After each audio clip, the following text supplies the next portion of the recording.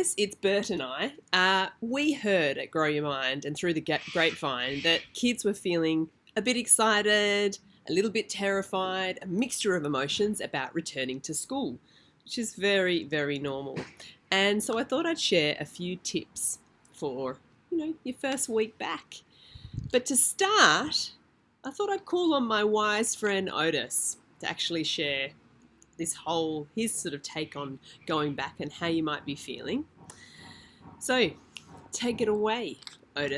Across New South Wales, kids just like you and me are getting ready to get back to the classroom for the first time in more than 140 days. Did you hear that, Bert?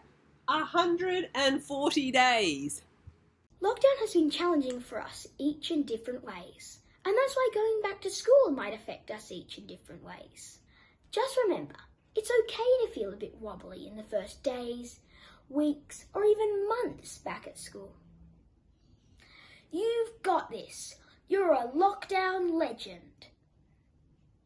And don't forget, lockdown legends, that resilience, it's in you. And that's a fact. If you are feeling a little bit nervous about hanging out with your friends again, or perhaps you're worried that you haven't done enough work during this lockdown learning time, remember that you have skills that you can start to use straight away. And in those moments when you're feeling really sad or nervous or overwhelmed, to calm your guard dog down and remind it that you are safe and it's going to be okay. Honestly, it's going to be okay. And some of those skills that you know about or you could start practicing are ones like this. And out through our mouth. The other thing that might be helpful is using the +4 steps to growing resilience. So remember, they are: surround yourself with mates that make you feel great, get yourself a reliable mate.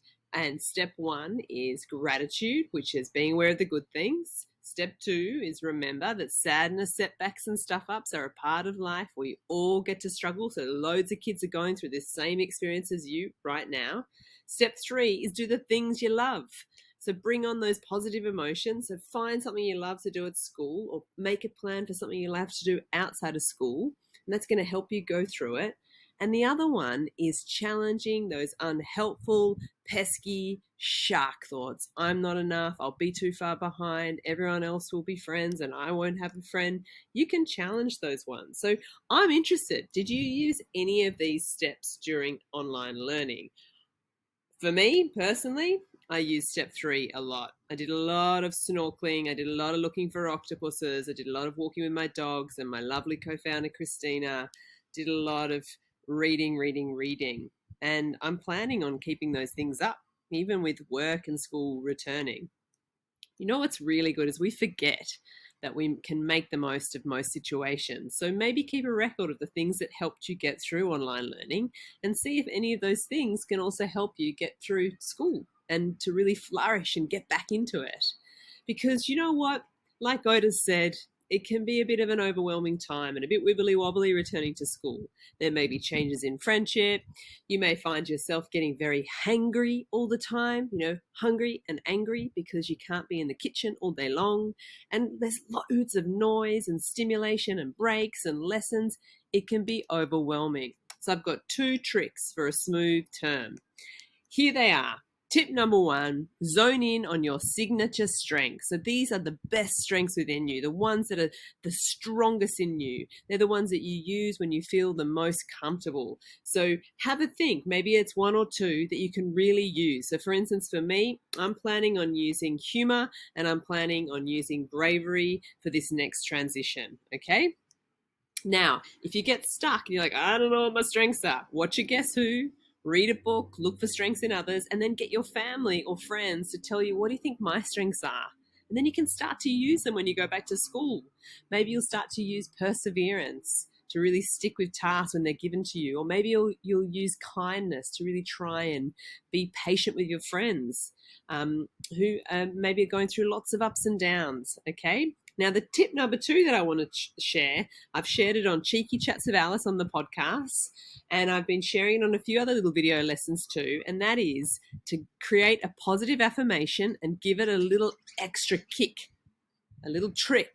So Remember, affirmations, they're always going on in our head. They're thoughts. They're what we tell ourselves. So a negative affirmation is a shark thought. It's too hard. I can't do it. Why me? And then there's dolphin thoughts. I can do hard things. Why not me? I can persist, whatever it might be. That's an affirmation, and it's a positive affirmation. It's going to help you. So maybe pick out a couple of affirmations that you can say to yourself as you get your socks and shoes on in the morning, as you get on your uniform that may not fit you anymore, so maybe check it before Monday. Pick out a few affirmations, and then you can say them to yourself throughout the day when you have a tricky moment, okay?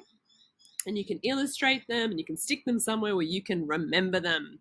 But sometimes, guys, we have really pesky shark thoughts that just stay there. And they say things like, nobody likes me, I'll never be enough, I can't do it, I missed out on too much work, I'm so far behind. And that pesky shark thought is always there. So that's when I encourage you to call on Luca, the movie, the inspiration from my new thing of naming a really pesky shark thought. So these guys are friends, and his friend says to Luca, who's over here, hey, you've got a Bruno in your head. It tells you you're not enough and you can't do something. So I'm going to play the scene now, guys, to get you motivated, and I want you to name and think of a name for your pesky shark thought, okay? Look, we gotta ride together. If you don't sit on the back and hold on to the front, the whole thing falls apart. Oh, and who's holding the ramp? The turtle! Come on, it's faster than he looks. Oh, okay. Here we go. You coming? Nope, I can't do it. Never in a million years. Hey. I know your problem. You got a Bruno in your head. A Bruno. Yeah, I get one too sometimes. Alberto, you can't. Alberto, you're gonna die. Alberto, don't put that in your mouth. Luca, it's simple. Don't listen to stupid Bruno. Why is his name Bruno? I don't care. It doesn't matter. Call him whatever you want. Shut him up. Say, Silenzio Bruno. Silencio Bruno. Louder. Silenzio Bruno. Silencio Bruno. Silenzio Bruno. Silencio Bruno. Can you still hear him? Nope, just you. Good. Now hang on. Andiamo! Yeah! Silencio Bruno, Silencio Bruno, Silencio Bruno, Silencio Bruno.